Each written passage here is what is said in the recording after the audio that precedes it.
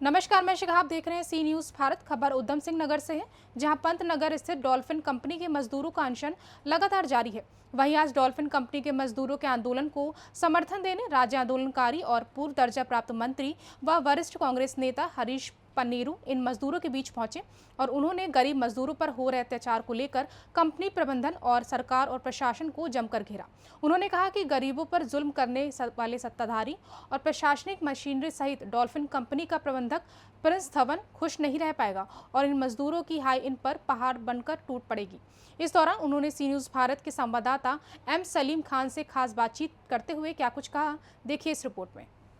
क्या कहेंगे dolphin company के बारे में? हाँ जी, जो मजदूर आंदोलन कर रहे हैं इसके बारे में क्या कहेंगे? एक लंबा अर्सा हो गया और डॉल्फिन कंपनी का मालिक जो है सबसे मुश्किल हो रहा है। देखिए मुझे ऐसा लगता है सारा जो जिम्मेदार लोग हैं वो कहीं ना कहीं मालिक के साथ उनकी साठगांठ है और इसलिए इन मजदूरों की आवाज़ को नहीं सुना जा रहा है। और निश्चित रूप से एक लोकतंत्र जो हमारा भारत देश लोकतंत्र के माध्यम से जो गांधी जी ने हमको आज़ादी दी थी, मुझे ऐसा लगता है कि आज ये सबसे जो दबे कुचले मजदूर वर्ग है ये सड़कों पर पिछले एक साल से लगातार है और इनके यहाँ तमाम राजनेता आए, सत्ताधारी के भी आए, विपक्ष के भी आए, सबकी सामूहिक जिम्मेदारी बनती थी कि इनको न्याय दिलाए, लेकिन उस ओर किसी ने प्रयास नहीं किया। मुझे ऐसा लगता है, नहीं तो ऐसा नहीं कि तराई के पानी में इतनी कमी हो, उसमें ईमानदारी नहीं है, उसमें इनके सामने कुछ, पीछे कुछ और, पर्दे के पीछे कुछ चल रहा है, इसलिए इनको इंसाफ नहीं मिल पाया और मैं इनसे बातचीत के लिए आया। निश्चित रूप से मुझे ऐसा लगता है कि ये सब एक होंगे तो हम इसको विजय की ओर ले जाएंगे, क्योंकि दीपावली आने वाली है और दीपावली के त्यौहार पर किसी के घर पर दिया ना जले ये संभव नहीं है। भगवान अभी ऊपर वाले के यहाँ देर है लेकिन अंधेर नहीं है और निश्चित रूप से ये जो इनके ऊपर अन्याय अत्याचार हो रहा है इसको भगवान जो विजयदशमी हमारी आ रही है, दीपावली का त्यौहार आ रहा है, इस त्यौहार पर इनके घर में दिए जलेंगे, इनके घर में खुशी आएगी, इस उम्मीद के साथ मैं इनसे चर्चा करने के लिए आया हूँ। अगर इनके घर के किसी कारणवश इनको खुशियाँ नहीं मिलती हैं तो जो दोषी हैं उनको भगवान के यहाँ जवाब देना पड़ेगा, वो भी सुखी नहीं रह पाएंगे, क्योंकि कर्म ही सबसे बड़ी पूजा है और हमारा कर्महीन है। हम अपने कर्तव्य का पालन नहीं कर रहे हैं और राजा जो है राज्य को चलाने में जनता को यथो राजा तथो प्रजा, यानी जो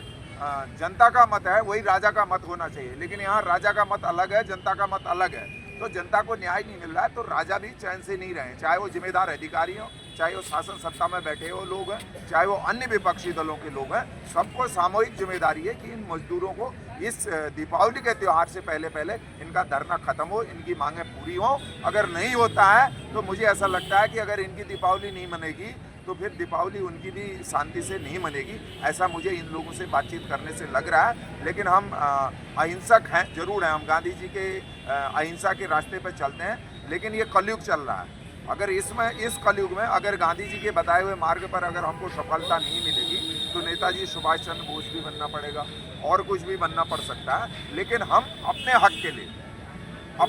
हमको लड़ना चाहिए और अपना ये हमारा मूल अधिकार है। ये कौन से कानून में लिखा है कि आप पहले कंपनी को परमानेंट एम्प्लॉय दोगे फिर कहोगे आप प्राइवेट में? कोई घर की खेती थोड़ी भैया, नियम कानून से देश चलता है, नियम कानूनों से ये भी बंधे हुए हैं, कंपनी मालिक भी बंधे हुए हैं। तो इसलिए मेरा निवेदन तो यह है कि चूँकि मैं इसमें ज़्यादा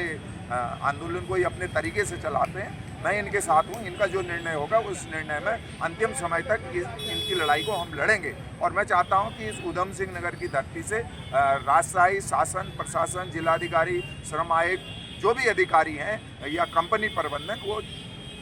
समझ रहे इस बात को कि देवभूमि है और देवभूमि में जो अन्याय अत्याचार करता है उसको मैं अभी बद्दुआ तो नहीं दे रहा हूँ, लेकिन यहाँ गुलजू न्याय के देवता भी हैं। आप ये ध्यान रखो कि इनकी खुशहाली को मत छीनो, इनके पसीने को, इनके साथ अन्याय मत करो, वरना इस शांति, आप अभी भले ही खुश हो तो कल को आपके घर में क्या पता भगवान किस रूप में आपको सजा दें। वो कहते हैं ए वक्त जरा अदब से पेश आ,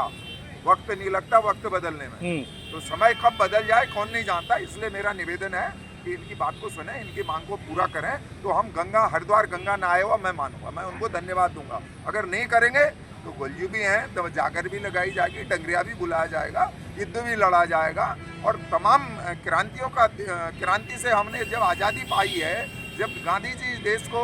आज़ाद कर सकते हैं, तो हम इस आज़ाद देश में अपनी मांग को इन नौजवानों से मैं पूछना चाहता हूँ, आप क्यों नहीं पूरा कर सकते? जो न माने